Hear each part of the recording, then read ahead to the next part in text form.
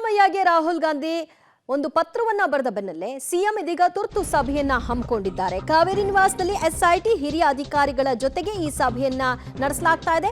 ತನಿಖೆಯ ಪ್ರಗತಿ, ಮುಂದಿನ ತನಿಖೆಯ ದಿಕ್ಕಿನ ಬಗ್ಗೆ ಚರ್ಚಿಸಲಾಗ್ತಿದೆ.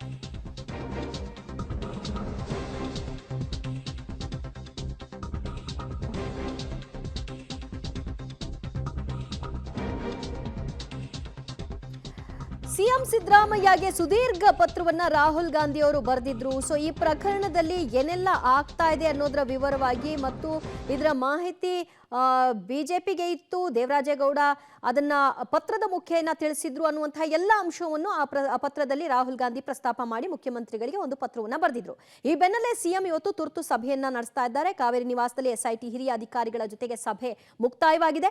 ತನಿಖೆಯ ಪ್ರಗತಿ, ಮುಂದಿನ ತನಿಖೆಯ ದಿಕ್ಕಿನ ಬಗ್ಗೆ ಸುದೀರ್ಘ ಚರ್ಚೆ ಕೂಡ ಆಗಿದೆ. ಮತ್ತಷ್ಟು ಮಾಹಿತಿ ಪಡೆಯೋಣ ನಮ್ಮ ಪ್ರತಿನಿಧಿ ಮಸೂದ್ರಿಂದ. ಮಸೂದ್, ರಾಹುಲ್ ಗಾಂಧಿ ಪತ್ರದ ಬೆನ್ನಲ್ಲೇ ಸಿಎಂ ಇವತ್ತು ತುರ್ತು ಸಭೆಯನ್ನ ನಡೆಸಿದ್ದಾರೆ. ಈ ಸಭೆಯಲ್ಲಿ ಏನೆಲ್ಲ ಚರ್ಚೆಗೆ ಒಳಪಡ್ತು?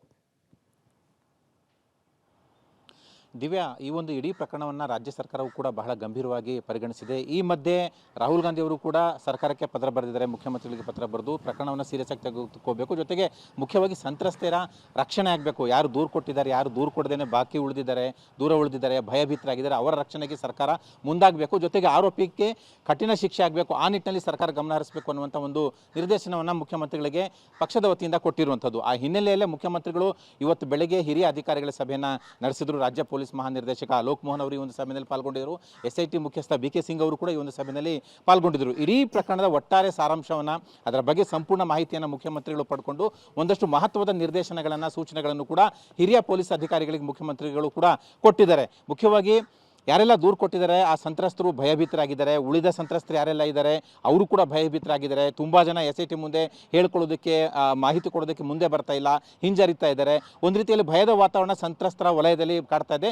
ಅದನ್ನು ದೂರ ಮಾಡಬೇಕು, ಆ ನಿಟ್ಟಿನಲ್ಲಿ ಏನೆಲ್ಲ ಕ್ರಮ ತೆಗೆದುಕೋಬೇಕು ಅನ್ನೋ ನಿಟ್ಟಿನಲ್ಲಿ ಮುಖ್ಯವಾಗಿ ಹಿರಿಯ ಅಧಿಕಾರಿಗಳ ಜೊತೆ ಚರ್ಚೆ ಮಾಡಿದ್ದಾರೆ, ಒಂದಷ್ಟು ಸೂಚನೆಗಳನ್ನು ಕೂಡ ಕೊಟ್ಟಿದ್ದಾರೆ. ಇನ್ನು ಪ್ರಕರಣದ ತನಿಖಾ ಹಂತದ ಬಗ್ಗೆಯೂ ಕೂಡ ಎಲ್ಲಿವರೆಗೆ ತನಿಖೆ ಹೋಗಿದೆ, ಯಾವ ಹಂತದಲ್ಲಿದೆ, ಮತ್ತು ಪ್ರಜ್ವಲ್ ರೇವಣ್ಣ ಅವ್ರನ್ನ ಬಂಧನ ಮಾಡುವಂಥ ವಿಚಾರ, ಲುಕ್ಔಟ್ ನೋಟಿಸ್ ಕೊಟ್ಟು ಒಟ್ಟು 3 ನೋಟಿಸ್ಗಳನ್ನು ಜಾರಿ ಮಾಡಿದ್ರು ಕೂಡ ಪ್ರಜ್ವಲ್ ರೇವಣ್ಣ ಪತ್ತೆ ಇಲ್ಲ, ಜೊತೆಗೆ ಎಚ್ ಡಿ ರೇವಣ್ಣ ಅವರು ಕೂಡ ಕಳೆದ 2.5 ದಿನಗಳಿಂದ ಪತ್ತೆ ಇಲ್ಲ. ಈ ಸಂಬಂಧಪಟ್ಟಂತಹ ತನಿಖಾ ಹಂತ ಯಾವ ರೀತಿ ನಡೀತಾ ಇದೆ ಅನ್ನುವಂಥದ್ದು.